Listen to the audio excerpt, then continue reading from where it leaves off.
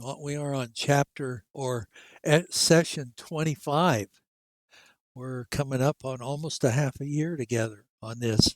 So let's begin with chapter 20 of Revelation, starting with verse 7, and we will talk about the binding of Satan and the final judgment and those issues that are related to that, especially the triumph of God. So if someone would read chapter 20, verses 7 through 10, I'd appreciate it. And when the 1,000 years are expired, Satan shall be loosed out of his prison, and shall go out to deceive the nations which are in the four quarters of the earth, Gog and Magog, to gather them together to battle, the number of whom is as the sand of the sea. They went up on the breadth of the earth, and compassed the camp of the saints about, and the beloved city. And fire came down from God out of heaven, and devoured them. And the devil that deceived them was cast into the lake of fire and brimstone, where the beast and the false prophet are, and shall be tormented day and night forever and ever. Okay. I got a good passage, didn't I? Yes. Pretty powerful. Pretty powerful. Yes, very much. So we see the binding of Satan here, the final judgment, but there is 1,000 years when uh, the reign of Christ is going on, and I believe and maintain that we're in the 1,000 years now. It's not a literal; it is a figurative usage for the whole church time, from from the first coming of Jesus to the second coming. But notice that one thing that comes up is that Satan, verse 7, after the 1,000 years are completed, Satan will be released from his prison. There'll be a short time, and we see that at the end of verse 3, I think it is, or 4 in this chapter. There will be this short time when Satan is basically allowed to run rampant. It's terrible persecution. The forces of Satan are oppressing the church. They're directed by Satan himself. This picture is he will bring together Gog and Magog against the camp of the saints and the beloved city. So we see the final conflict developing. The 1,000 years, Satan's released for a short time. Now it's important to see this too, that Gog and Magog are called by Satan to join his attack. Now, where do we find Gog and Magog in any place else? Well, they appear in the book of Ezekiel.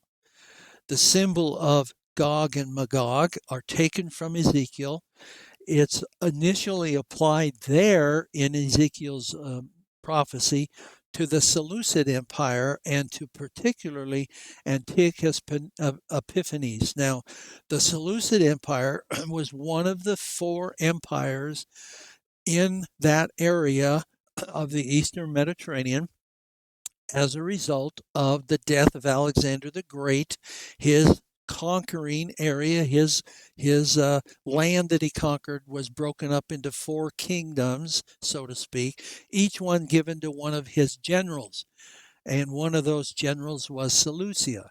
And that became the Seleucid kingdom, so to speak. Okay, it comprised what is now Syria and Jordan, part of Saudi Arabia, the Holy Land, and down into Sinai. That was the Seleucid Empire. Now, on the south, you had the Ptolemaic Empire, which was Egypt, and down into what is now Sudan. And then up north, you have, I think it was the Cassandrian Empire, and there was another one over in Greece proper. But those don't play a part in this. In the story of Antiochus Epiphanes, he hated the Jews. He was in his center of kingdom was Antioch in northern Syria. Oddly enough, Antioch became one of the churches that were prominent in the first century. And if you remember, that's who sent Paul and Silas out to do their mission work, was the church at Antioch. So it did a complete flip-flop, 180 degrees, from being the center of Antiochus Epiphanes, that hated the Jews, to one of the centers of the spread of Christianity. Anyway, Antiochus Epiphanes hated the Jews. He had interpreters that assume. I'm sorry, he can't read my notes in order here. Give it to you. He had a kingdom that went from the Tigris River and Euphrates River into Asia Minor, clear into part of Turkey. So it was quite extensive. He was famous for setting up a pig and slaughtering a pig on the altar in the temple when he was in power. I don't think he actually did it. He had it done by the people who were over Jerusalem at that time, under his command. Okay, so that's the kind of guy he was. Now, as far as Gog and Magog are concerned, some commentators say, well, they refer to distant nations like China, Japan, India, who are going to come and attack Christian nations in a physical warfare. Others think that these same nations will wage a spiritual warfare with cultural and religious ideas invading Christian nations. What I think, though, is since this book is so prominently symbolic, I think the Gog and Magog are symbols taken out of Ezekiel for the final battle. What is the point? The point is this, I think. If you look at the attack of Gog and Magog under Antiochus Epiphanes, it was the last great battle and oppression suffered by God's people in the Old Testament. It's a perfect picture then for the attack on God's people in the New Testament and for all time to the future. Second, the armies of Gog and Magog are like the sand of the seashore. That's their description. Their number would dramatically symbolize worldwide persecution of God's people. And that's the picture we're getting here of this battle.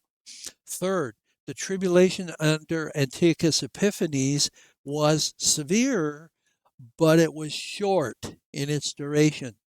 That, I think, foreshadows the idea and fits with what we see here, that the battle here is going to be short. And fourth, the armies of Syria were unexpectedly and most completely destroyed by God. And it was obvious that God did it in the book of Ezekiel and in history. Okay, so those are perfect examples then, and perfect foreshadows of a final attack by Satan's minions against the church, and how it's destroyed dramatically by God and his interaction, just like Gog and Magog in Israel in the Old Testament under Ezekiel. I have a question about, it says that Satan was thrown into the lake of fire and sulfur, where the beast and the false prophet were. So they've already been cast there. Remember this, that we saw those visions earlier. Chapters 17 through 19 was when we saw the vision of the beast and the false prophet thrown in. But I'm maintaining and believe that they're all destroyed at the same time, but John is being allowed to see how details of each one of their destructions. Just like he saw the details of each one of them, how they rose in their order, he's seeing the details of how each one is destroyed in the opposite order. They're all destroyed at the same time. Because and I like the way that King James has it here. My particular translation has in verse 10 that, let's see, let me think. Was it verse 10? No, verse 8, where it says they gather them together for the war. King James has it for the battle. And that's what we're really talking about here. We're not talking about a war. We're talking about one battle where God wins and wipes them all out. And so even though they're stated as already there, try to understand they're all destroyed at the same time. It's just a picture of how the visions were given to John. Stored in the same battle. In the same battle, right. And that includes the harlot, even though she's not listed here in these verses, because she was part of what the dragon had as his cohorts. So they're called from the four corners of the earth. Don't let that phrase trick you into thinking that it means some collection. Literally, it's the idea of the whole world. That's who's involved in this. The entire wicked world is going to be fighting and persecuting the church. It doesn't refer here in this to a final attack by some distant nations, although some say that that is the case. But I don't think that's the case. I don't think it's like some say it's the Eastern nations against the Western nations, or the civilized against the uncivilized. I think what we have here is the world against the church, a physical battle that is really spiritual at its orientation, and it's the forces of evil against the forces of good. And there's even some that say, well, people of the good side, the church, isn't even involved in the battle. They're still at the camp waiting to be mustered, but Christ comes in and wipes the other side out without the Christians even being involved in the battle. Now, that's how some look at it. I'm not sure that's the case, but whatever. It is a battle, one battle, not a continuing war.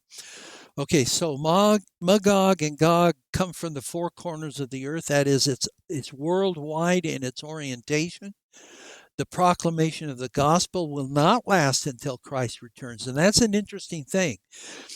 Remember those two witnesses in chapter 11. Remember that they were killed for a time. The gospel's influence was eradicated for a time. Then the church was still there. The gospel was still able to work, but the influence in the world was eradicated for a short period of time. I think that might be the same time we're talking about here. And then the church arose again, and the last battle took place. What is this? This is the battle of Armageddon. It's the battle of the mountain of Megiddo. That's what Armageddon means. It is called the battle in 1612 and following, in 1919, and in this chapter and these verses, it's called the battle. Just the battle. It's not a war. It's the same battle in those three citations. They're not three different battles. We see the final battle is a final attack of Christian forces or anti-Christian forces on the church. What is new, though, in this passage from the other two passages is that here we see what happens to the dragon. And the other two, we didn't see that. We saw in the first citation in the 16th chapter what happened to the harlot in this battle. And then in the 19th chapter, we saw what happened to the two beasts, the one from the sea and the one from the earth, what happened to them in this battle. Now in the 20th chapter, we see what happens to the dragon in this same battle. Same battle, all wiped out at the same time. Satan is totally, utterly defeated once and for all time.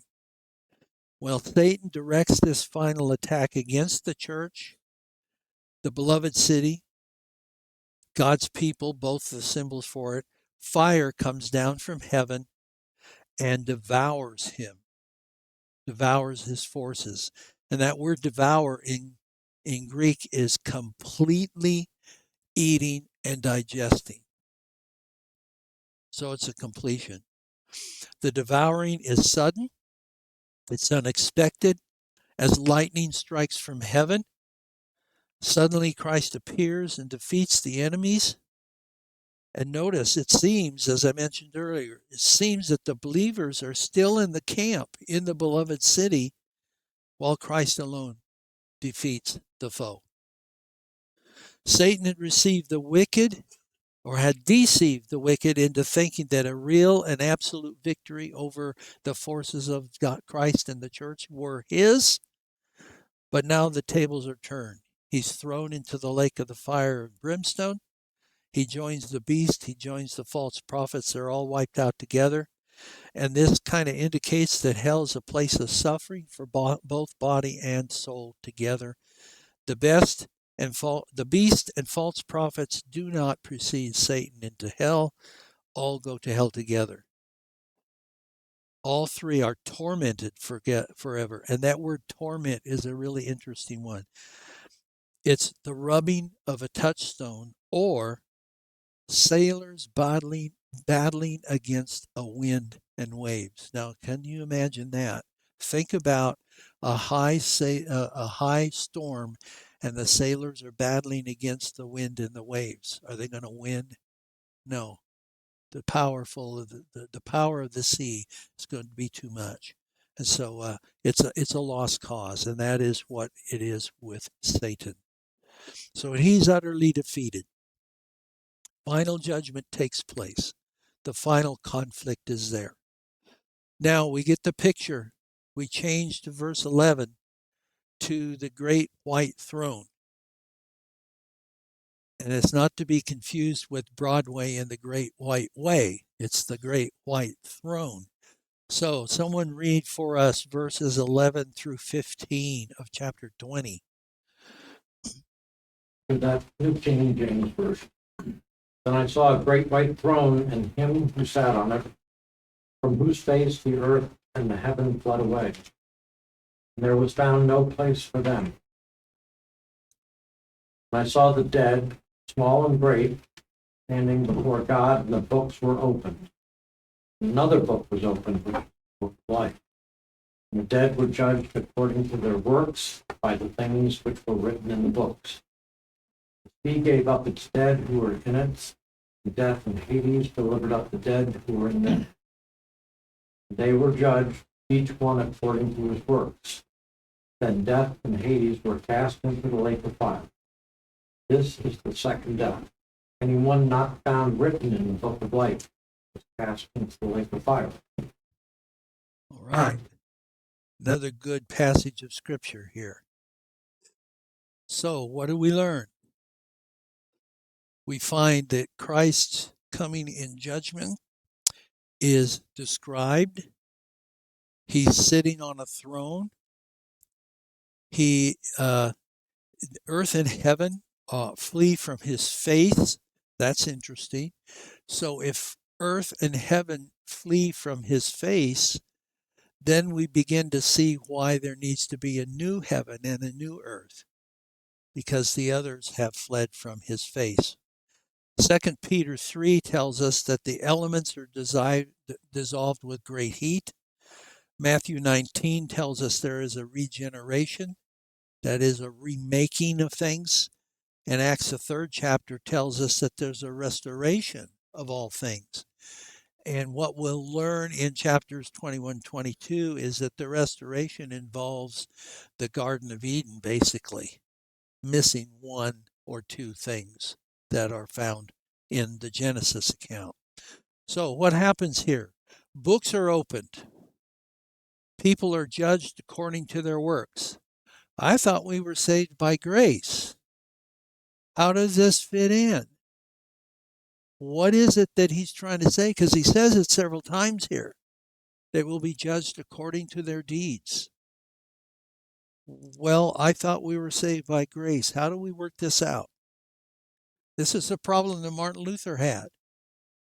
He couldn't understand James and the 2nd chapter of James that talks about faith and works.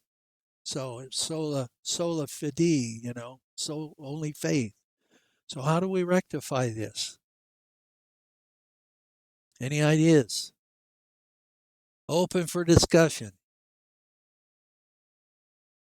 The works or the fruit of one's faith. To me, there needs to be or should be, and I think it's elsewhere in the Bible, there must be a reflection if you are, James I think put it there, if you are truly a believer and truly have faith and are a disciple of Christ, you will show good works. I mean, there's just no being what James said, just being dead of works is however he phrased it, just, Yeah. it's just a reflection, I call it a reflection, a hard corollary that, to be deep in the faith means you will show the fruits of that faith. All right.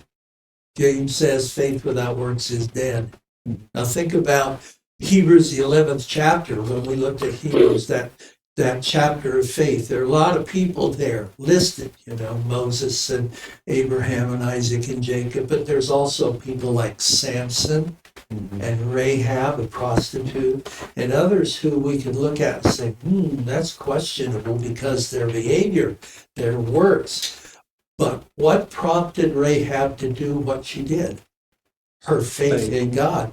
What prompted Samson to do what he did for God, even though he was still self-centered to a great extent? His faith in God.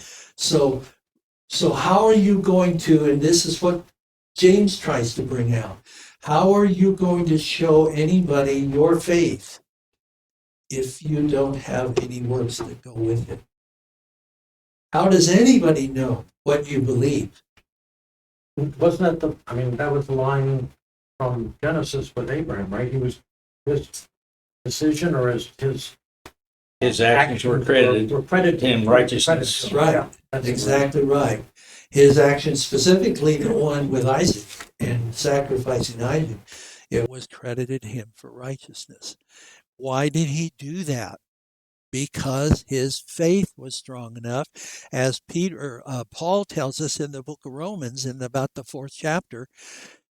Abraham did what he did with Isaac, fully understanding that he would probably kill Isaac, because that's what God wanted, at least he said he did.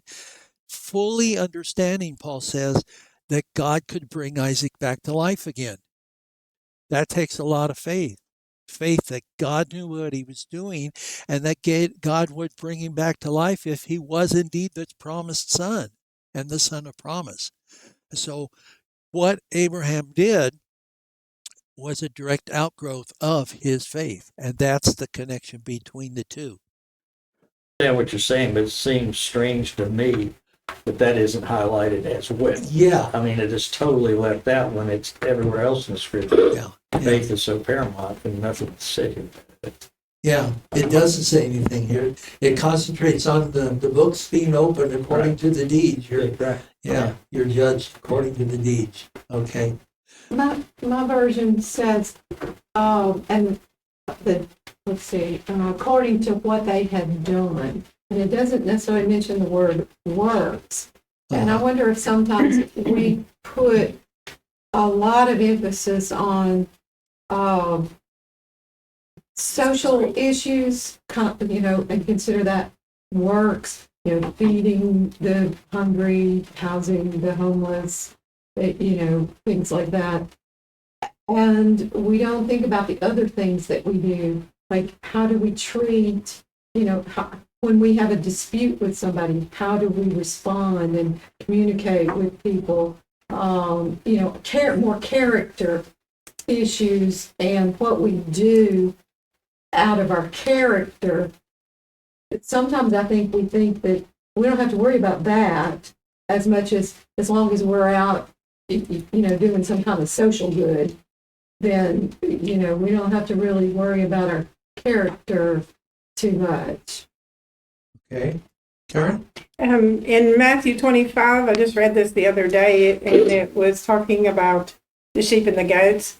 And when did you do this? When did I do this for you? Yeah. Or when you fed the hungry and fed and Visited prison, did in prison? Yeah, right. Yeah, you did it for me. And those Right. of you who did not do those things for your brethren, then you did not do it for me. It essentially is what he's saying, right? Yeah. Oh, yeah. I think that's That's kind of fits in this passage. a little bit, right? Uh-huh. Works. But what's the basis of them doing those things or not doing those things? In the pattern, which I tried to bring out Wednesday night, the pattern is that the believer does those things because of his faith. The unbeliever doesn't do them because he doesn't believe in God. and fully in God and Christ's.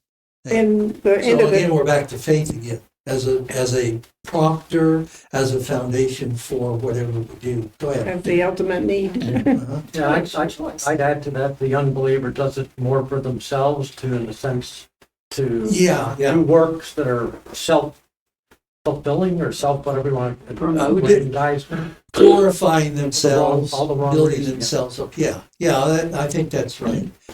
Did you have something else to say? And then Roger. Yeah, well, in Matthew 25, is it Jesus talking? Yeah. He says, whatever you did not do for one of these, the least of these, you did not do for me. And then they will go away to eternal punishment, but the righteous to eternal life. Right, which is exactly what we see happening in Revelation, don't we? That different ending, that different result. Right. Roger? The only thing I was thinking was that in terms of the tree, and that the tree bears fruit, and they're inseparable. And Christ, when he saw the tree bearing no fruit, he said, cut it down, Correct. throw it away. Right. So if you are the tree, if you have the faith, then you will have some works.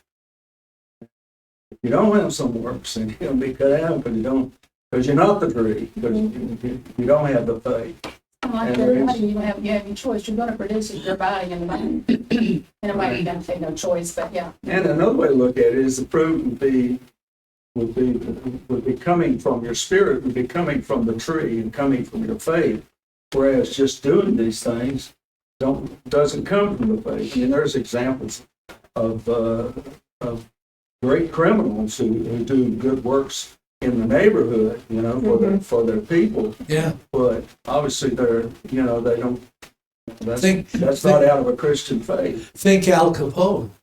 I mean, he gave a lot of money away to good, worthy causes, but he life of crime, so to speak, and that's right. And when you talk about the tree, for example, remember at one point Jesus said, "Good fruit comes from a good tree; bad fruit comes from a bad tree."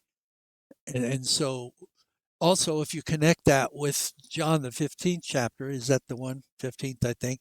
I am the what?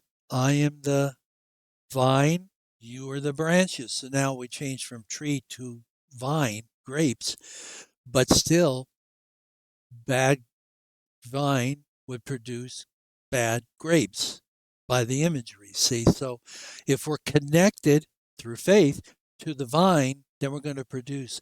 And I think Allison's right that it's not just doing good things, but it's how our character is different. How are we different than the world as a character? Believer, there won't be any bad things in the book because he's forgiven our sin and forgotten it. It's gone. Yeah. It's not to be recalled. Yeah, what is So it's not there. the definition of the dead? Yeah. If you're already in heaven, are you dead? Well, you're going to get to that, aren't you? Yeah. I'm not sure I understand, Ken, but Well, we'll see. Yeah. But yeah, and I think that what we're seeing here is not that the judgment rests solely upon the actions, but that the actions tell us and tell others what God's reason is for allowing us to be His, because the actions come from faith. And that's what allows us to tap into God, to Jesus. You could almost read that faith, put faith in that word, put faith in place of the word works. Okay. Not that you can rewrite God's story, but in your mind, you could put the two together maybe, because What you follows- all are saying is yeah, this word is working together with faith. right. They're interrelated. Yeah. Very much so. Okay, independence. Okay, so according to their deeds, their actions, and the word there is what. Let me get it here. According to their actions, their works. Yeah. So it's pretty general. Yeah, So- Robin.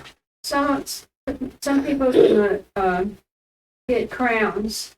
They'll be rewarded crowns for their actions, more of the goodness. Is this when, and it tells you in the Bible that we're gonna lay our crowns down at Jesus' feet when we get to heaven. Is this when we get to do that, do you think? I suppose. I haven't really thought of that, but yeah, Paul talks about receiving a crown. And the crown, if I'm remembering correctly, the crown there is the Stephen crown. That's the Olympic crown. The Olympic shows that we won rather than the diadem, which would be the authority crown, okay, the king's crown. We will lay our crowns down. Why? Because we're honoring God, that He's the reason for the crown, that it's not anything we've done. Our victory is because of God, not because of our prowess or our athletic ability, or the word I hate most, athleticism. I hate that word. But anyway, that's not the reason we got the crown. The crown we got is because of Christ and our belief in Him. And so essentially, what are we saved by? Grace. And we have to remember that. We are saved not because God owes us anything. We are saved because He wants us to be saved. And the condition of our salvation is that we believe that He is, and that God sent His Son, and His Son died for us. That's opening the package in a sense. Go ahead, Nelson. Are they going to be different rewards, different levels? I mean, I've heard that. I'm not exactly sure. I can't remember exactly what scriptures are used to support that, but is that something that... Well, yeah, there are scriptures that talk about that. Robin mentioned one, the idea of the crown. You know, that the way Paul presents that in, I think it's Philippians, he seems to present it in a way that maybe there are different styles of crown depending upon what we've done or how much faith we have or something. And then also I've seen others take that away from where Jesus says, I'm going to prepare a place for you, and there'll be in my Father's house, there are many rooms, you know. Well, they've some have gotten the idea, well, my room will be better than someone else's room, or I won't have the room that I ought to have, or that kind of thing. But there's no implication in that scripture that I can see that there are differing levels or hierarchies of it. We're all at the same level. I'd say the parable of the talents is, to me, the one that says there are different rewards and different people will be given more responsibility with 10 talents versus 5 versus 1 who does nothing. And that could very well be the case. Yeah, some have gotten that implication from that also. And then there is scripture somewhere where it talks about that a person will be saved as if escaping from a fire. I mean, it almost sounds like, they're like getting through the gates, but they're like putting out. They're maybe smoking a little, but they still make it in. I don't know about that, but that's an interesting Smoking concept. goats or smoking sheep? What are you looking at here? What have you been smoking lately? It makes me think of on Sesame Street, when Cookie Monster used to do Monster Piece Theater, and he was wearing a smoking jacket, and he was like doing this while he was talking. That verse says that the person, something about the person will make it in, but it will be as though escaping from a fire. Yeah, there's one in Peter that says if the people of God escape by the skin of their teeth, how do you think what's going to happen to those who are not people of God? And the implication is we just barely get in. Okay. Well, that phrase "skin of your teeth" comes right out of the Old Testament. Somewhere one of the prophets. Okay. So we have a lot of different inputs that may or may not give us the whole picture, and they probably don't give us the whole picture. So we have to put things together. And the thing I want to emphasize that I think Revelation tries to emphasize is not the details, but the big picture. And the big picture is our actions, our character must reflect and grow out of our faith. because our faith in Jesus and his grace through his blood is what brings our salvation. So I suppose you could argue, well, we're really saved by what works. No. God maybe looks at our works and judges us according to that some way, and I'm not sure how it all fits. But Paul says clearly in Ephesians, we're saved by grace through faith. Okay. And Paul denies in the book of Romans that God owes us anything. He doesn't owe us salvation. He doesn't owe us his grace. In fact, the word grace means it's a gift. It's not earned. And so when somebody offers you free grace, know that they're duplicating it. Grace is always free. It's not earned. And we don't earn our salvation because it's God's decision based on his justice. Very late in life, maybe days or months Exactly. before they pass. So Exactly. they haven't had time to do a lot of Right. great work. So And how does God ask them to enter in? Because they put their faith in Jesus for as little time as they have. Yeah. Okay, going on. There seems to be a general resurrection of the people here, non-believer as well as believer. And I think the Bible tells us of only one resurrection. It takes place at the last judgment, the judgment day.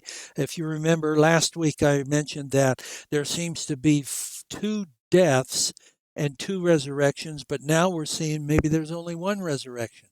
So do we have a conflict here? Not necessarily. Remember, these are visions, and one vision doesn't necessarily give the details the same way that another vision gives the details. But the point of the vision is what is important. And the point of this vision is that everybody is going to appear before God. And his grace, his justice, his mercy all play into this, plus his love. We find that the body and the soul will be reunited eternally in heaven or in hell, being the lake of fire and brimstone. And we see that there is no name in the book of life that goes through the torment of the lake of fire. So if your name is written in the book of life, you won't have to go through that. That's the bottom line here. Which means then that because the dragon and the two beasts and the harlot and all those who have the mark of the beast, as they're thrown in the lake of fire, their name is not in the book of life. That's the conclusion. Okay, any comments, thoughts?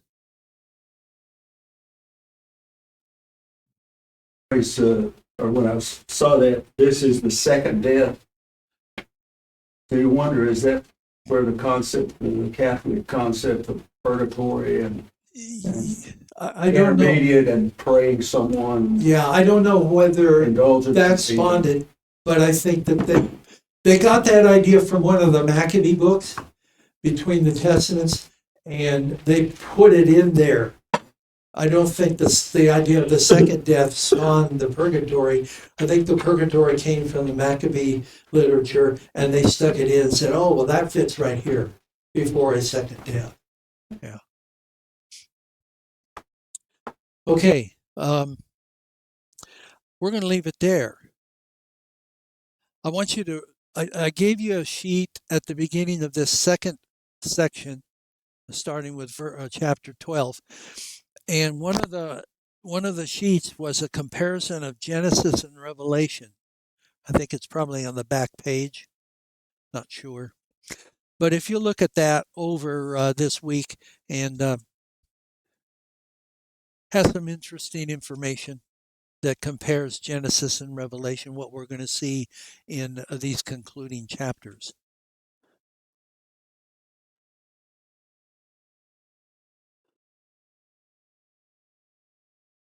Now, next week we'll start with chapter 21, and we're going to look at 21, which is the church, the new heaven, new earth, if you will.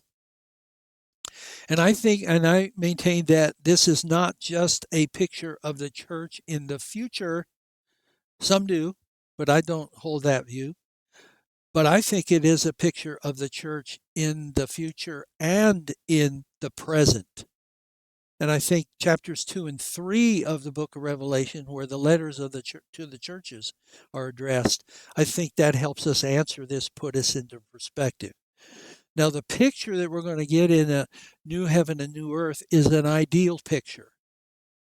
God's redeeming grace and the transforming power is not just in the future where it will be perfect, but it is already in the hearts and minds of God's people here on earth, just not in perfection yet. We have a picture then of the redeemed universe of the future, foreshadowed by the redeemed church of the present. And we'll look at that in more depth when we start chapter 21 next week.